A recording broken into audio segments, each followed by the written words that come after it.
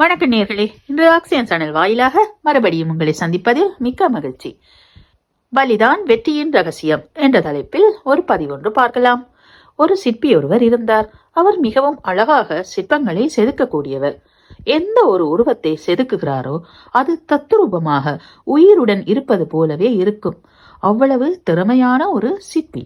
ஒரு நாள் அந்த சிற்பி காட்டுப்பாதையில் நடந்து கொண்டிருக்கும் போது திடீரென ஒரு பெரிய கல்லை பார்க்கிறார். இந்த கல்லை அழகாக செதுக்கினால் ஒரு கடவுள் சிலையை உருவாக்கலாம் என்று அவருக்கு தோணிச்சு. உடனே அந்த கல்லிடம், நான் உன்னை ஒரு அழகான கடவுள் சிலையாக உருவாக்கலாமா என்று கேட்கிறார். உடனே அந்த கல்லும் சரி என்று மகிழ்ச்சியுடன் சம்மதிச்சது. உடனே அந்த சிற்பி உளியை கையில் எடுத்து அந்த கல்லின் மேல் அடிக்க ஆரம்பிக்கிறார். ஒரு சில அடிகளை கூட அந்த கல்லால் தாங்க முடியவில்லை.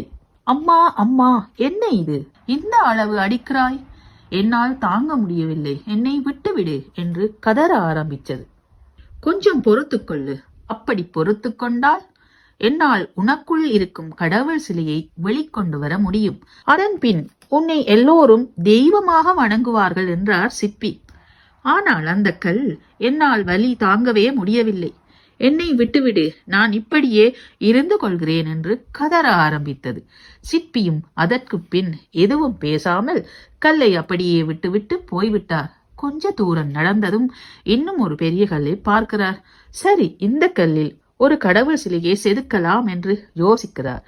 அந்த கல்லிடமும் போய், உன்னை நான் ஒரு கடவுள் சிலையாக செதுக்கலாமா என்று கேட்கிறார்.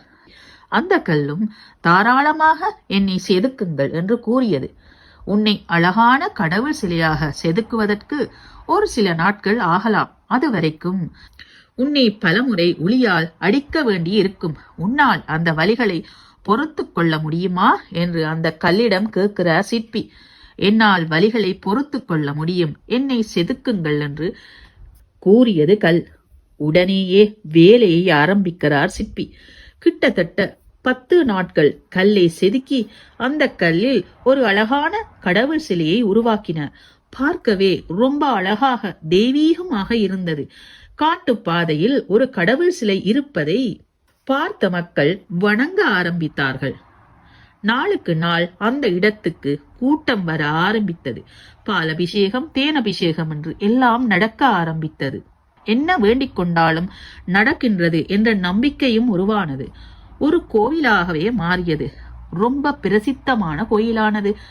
பல ஊர்களில் இருந்தும் மக்கள் வந்து வணங்க ஆரம்பித்தார்கள். அவர்கள் அந்த கோவிலில் தேங்காய் உடைக்க நினைத்தார்கள்.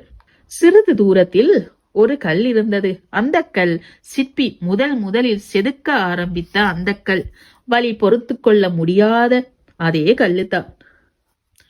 அந்த கல்லை கொண்டு வந்து சிலையின் முன்னால் போட்டுவிட்டு அதன் மேல் தேங்காய்களை உடைக்க ஆரம்பித்தார்கள். வலி தாங்க முடியவில்லையே என்று கதற ஆரம்பிச்சது. யாரும் அந்த கதறலை கண்டுகொள்ளவில்லை. தேங்காய்களை உடைத்த வண்ணமே இருந்தார்கள். அப்போதுதான் அந்த கல்லு யோசித்தது, அன்றைக்கு அந்த சிற்பி என்னை சிலையாக செதுக்கும் போது அந்த வலியை நான் தாங்கி இருந்தால் இன்றைக்கு வணங்கும் நிலையை அடைந்திருப்பேன். இப்படி தேங்காய் உடைக்கும் கல்லாக இருந்திருக்க மாட்டேனே என்று வருத்தப்பட்டது என்று ஒரு கதை. இதே போலத்தான் ஏதோ ஒரு இலக்கை நோக்கி முன்னேறக்கூடியவர்களாக இருக்கலாம். அப்போ அந்த பாதை ரொம்ப கடினமானதாக தோணும். என்னால் முடியவில்லையே என்று நீங்கள் உங்கள் முயற்சியை கைவிட்டு விட்டால் காலம் முழுவதும் தேங்காய் உடைக்கும் கல்லாகவே இருக்க வேண்டித்தான் இருக்கும். இன்றைக்கு நீங்கள் இந்த வலியை பொறுத்து கொண்டால் நீங்களும் அந்த கல் வணங்குவதற்குரிய நிலையை அடைந்தது மாதிரி நீங்களும் ஒரு மரியாதைக்குரிய ஒரு நபராக மாற முடியும். வலிதான் வெற்றியின் ரகசியம். தேவையில்லாத கேளிக்கைகளுக்கும் தூக்கத்திற்கும் சோம்பேறித்தனத்துக்கும் இடங்கொடுக்காமல் உங்கள் இலக்கை நோக்கி முன்னேறினால் நீங்களும் ஒரு உன்னத நிலையை அடையலாம். வலி உங்களை வலிமையாக்கவே வருகின்றது. தொடர்ந்து முயற்சி செய்து வலிகளை கடந்து வாழ்வில் வெற்றி பெறுவோம். நன்றி. வாழ்க வளமுடன்.